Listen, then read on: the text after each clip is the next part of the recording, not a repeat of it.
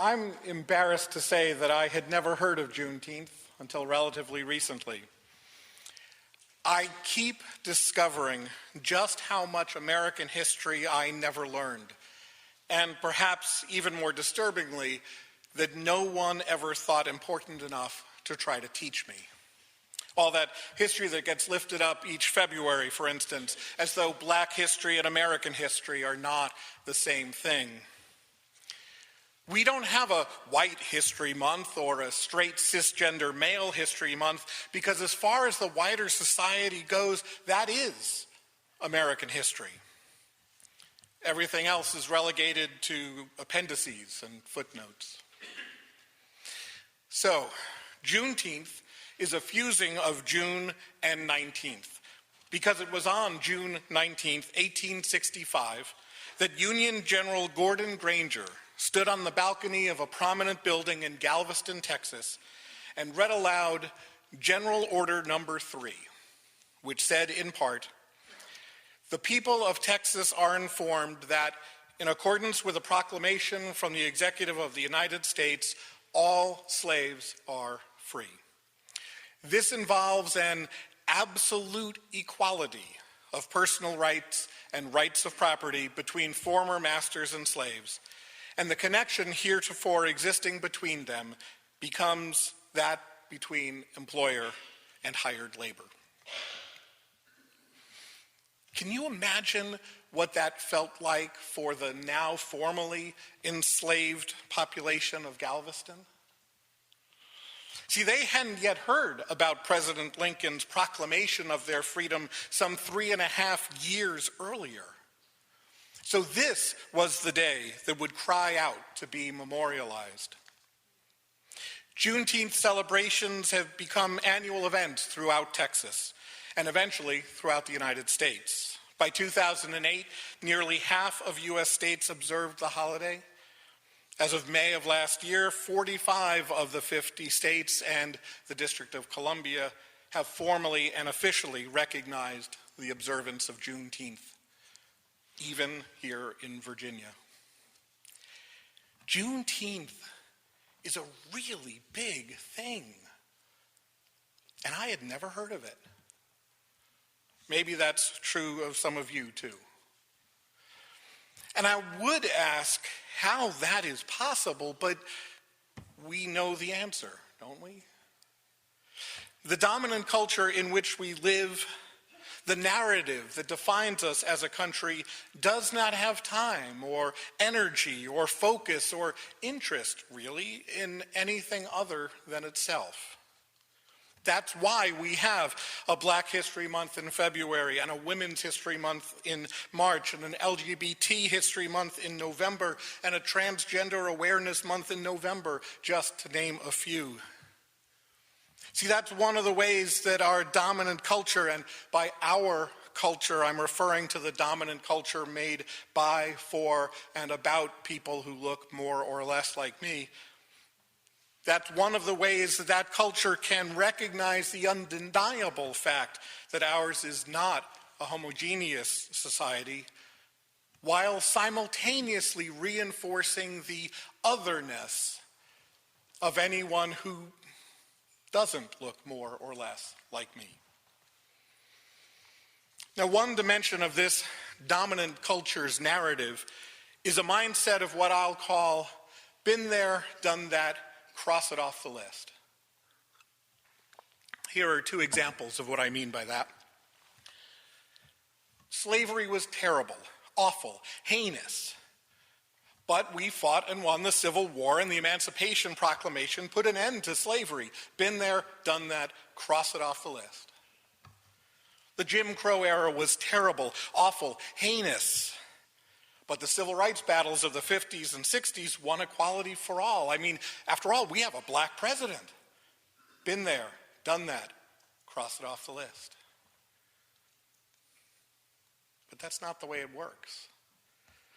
The truth is that there is a river of pain that runs through our nation's history, a river of torment and torture, A river of segregation and separation and dehumanization and demonization. A river that has never stopped flowing. Ever. We, and right now I'm really talking to people who, like me, have been raised to think of ourselves as white, we would like to think that at least this river has gone underground or has slowed to a trickle, but it hasn't, except maybe in our own mind's eye. But we need to think this. We need to believe this, because if we didn't, we wouldn't be able to go to sleep at night, so wet would our sheets be from our tears. Yet we, and here I do mean we inclusively and collectively, meaning we as in all of us, we need to see together the truth of things as they really are. We need to see together those things that some of us try so hard not to see, and some of us are so continually forced to see.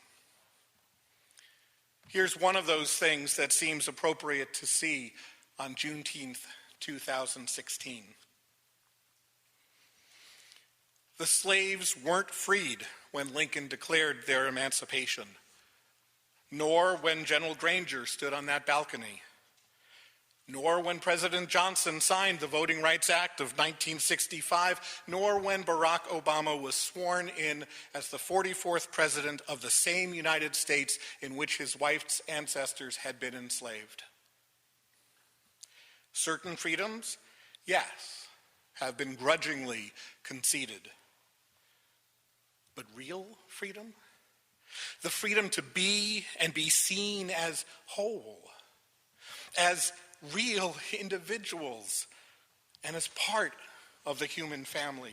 The freedom to have your value and worth affirmed and celebrated, that has not yet been won, not yet wrested from the slaver's fist. Not been there, not done that. Nothing to cross off the list yet. The Reverend Dr. Pauli Murray is one of the largely unknown and unsung heroes of the struggles for African American rights, LGBT rights, and women's rights. She was the first female African American Episcopal priest, the first African American to receive a Doctor of Juridical Science from Yale Law School, a civil rights activist fighting both Jim Crow and what she termed Jane Crow, a poet of profundity and power, and a friend of my mom's. She referred to herself as America's problem child. I have never been able to accept what I believe to be an injustice, she wrote. Perhaps it is because of this that I am America's problem child and will continue to be. In many of her poems, Pauli gave voice to the experience of what another great African American poet, Langston Hughes, called a dream deferred. This experience of the ongoing denial of the fundamental right to be seen as more than 3/5 of a person.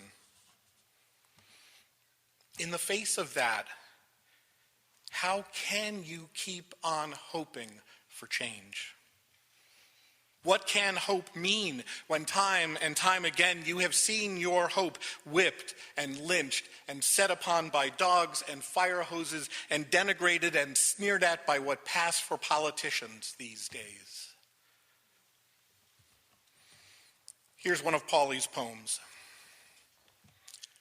Hope is a crushed stalk between clenched fingers. Hope is a bird's wing broken by a stone.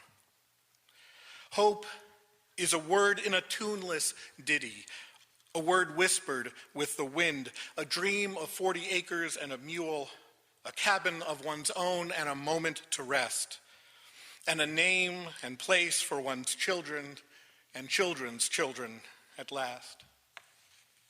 Hope is a song in a weary throat. Give me a song of hope and a world where I can sing it. Give me a song of faith and a people to believe in it. Give me a song of kindliness and a country where I can live it. Give me a song of hope and love and a brown girl's heart to hear it. That is the still unfulfilled promise of Juneteenth. A song of hope and a world in which it can be sung by everyone. A song of faith and a people who will truly believe in it. A song of kindliness and a country in which that is lived out.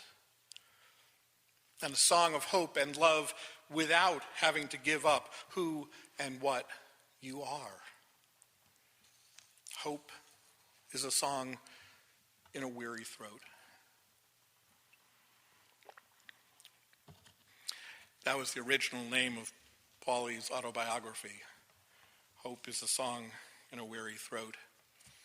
Some wise publisher, when the second edition came out, called it Autobiography of a Black Activist. Somehow I think they missed the point. 1 year ago this past week, Dylan Roof walked into a Bible study at Emmanuel African Methodist Episcopal Church in Charleston, South Carolina, and murdered 9 people, at least in part because he did not see African Americans as fully human, at least not in the way he saw himself. He apparently had not heard about the absolute equality affirmed by General Granger in Galveston 151 years ago today. Or he'd heard it but didn't believe it. And so he could believe that murdering these people was a justified and acceptable act. This past week, Omar Mateen walked into the nightclub Pulse in Orlando, Florida, and murdered 49 people and wounded an additional 53, at least in part because he did not see people in the LGBTQ community or the Latino community as fully human, at least not as he saw himself. And whether it was this blind and blinding hatred or the distortions and perversions of a twisted religious ideology, Mateen was able to believe that his murdering these people was justified and acceptable. When you deny the fundamental humanity of someone, you can justify doing just about anything to them. It doesn't count if they don't count. 53 years ago, on the steps of the Lincoln Memorial, the Reverend Dr. Martin Luther King Jr. called the Declaration of Independence assertion that all are created equal to be a promissory note that had not yet been made good on. It still hasn't. And so the weary throat must keep singing.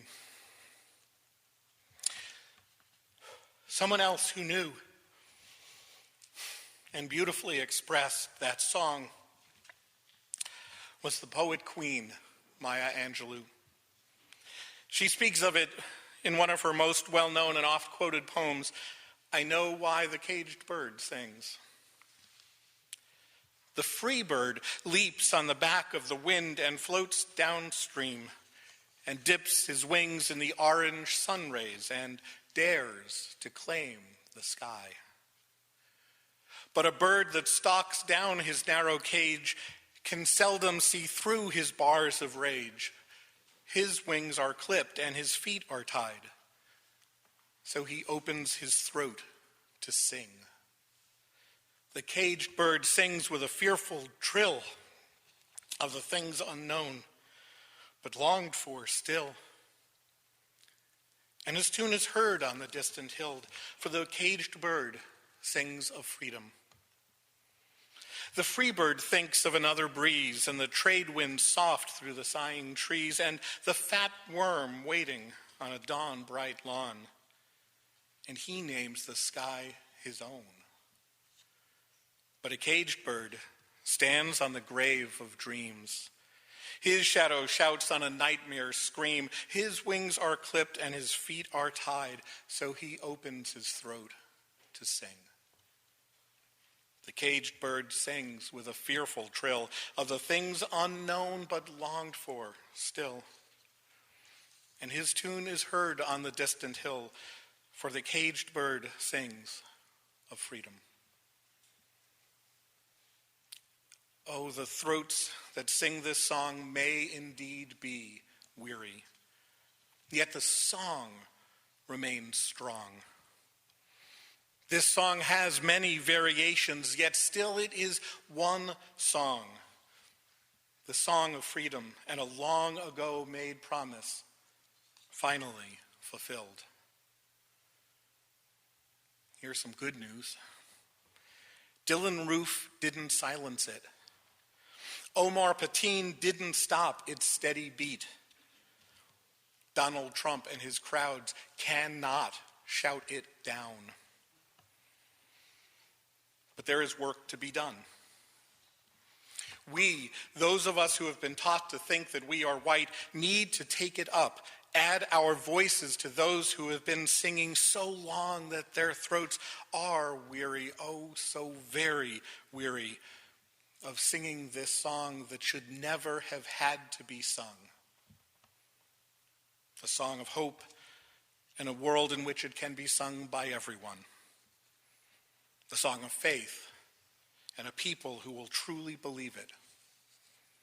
The song of kindliness and a country in which it can be fully lived out. The song of hope and love without having to give up who and what we are to sing it. May it be so.